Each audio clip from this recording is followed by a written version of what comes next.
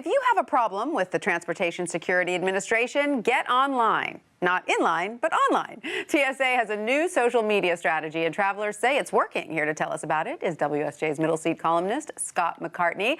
Scott, it's so great to have you here on set with us today. Great to be here with you. Thanks for being here. So tell us about this new online social media strategy. Is the TSA just borrowing a page from the playbook from businesses and airlines? Yeah, they are, and they are because it works. In travel, I think social media is one of the really important things that frequent travelers should make use of. Because you can get much faster results from an airline than you can standing in line or waiting on hold on the phone or anything else. This is good to know. So when it comes to the TSA, do they now have a Facebook account, Twitter, anything else? So this started in September 2015 with a Twitter account, and it's different from sort of a lot of people use the hashtag TSA. This is very specific, at Ask TSA, ASK TSA, with the @ sign, and they have a social media desk that monitors that. They added Facebook Messenger. 24 hours a day, or are there blanks? No, it's from 8 to 10 p.m. East Coast time, but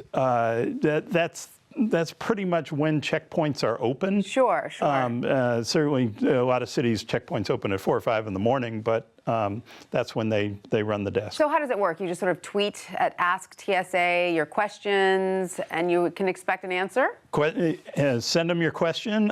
With Twitter, what they usually do is ask you to direct message them your personal information, so it's not out there in the. But they will.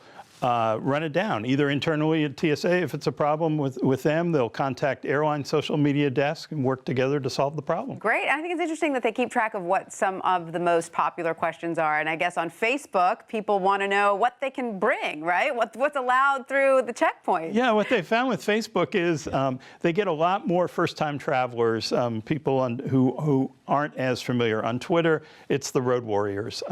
So on Facebook, the most popular question is, what can you bring? And people will send them pictures of all kinds of bizarre things and say, is this legal? I love that you uncovered some very interesting things are indeed allowed through checkpoints, such as a mummified head. Who knew, right? A mummified head. Lightsabers? Yeah, yes, it's interesting. Weapons aren't allowed, but lightsabers are, it turns out are. And what about toy handguns? Some of them, those are prohibited. Yeah, right? Somebody sent him a picture of a 3D printed translucent toy replica about the size of your thumb, and they said no. The rule is toy, real, whatever, any kind of gun is not allowed. And do they do sort of a weekly wrap to look at what are the trends, what are people upset about, what are people happy about? Yeah, they do. They get a lot of instant feedback each day about particular problems that they can quickly pass on to whatever airport is having the problem. And then they do a weekly summary for TSA higher-ups. They share it with the airport federal security directors and others. They track complaints and criticisms. They interestingly run about half and half, right?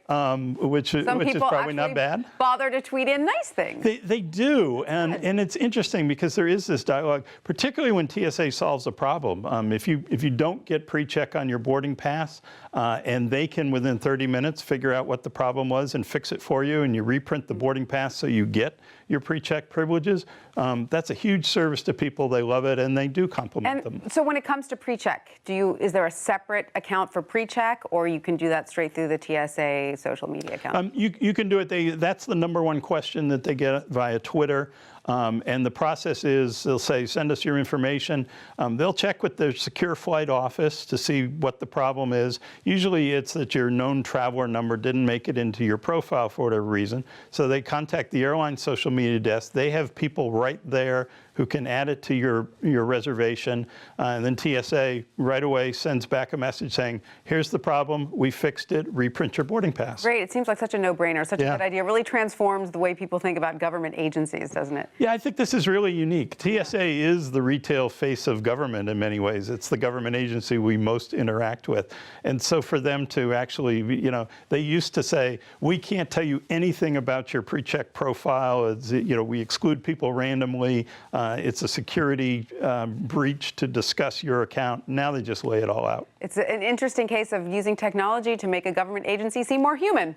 Absolutely. All right, thank you so much, Scott, for that. Sure, great to be here.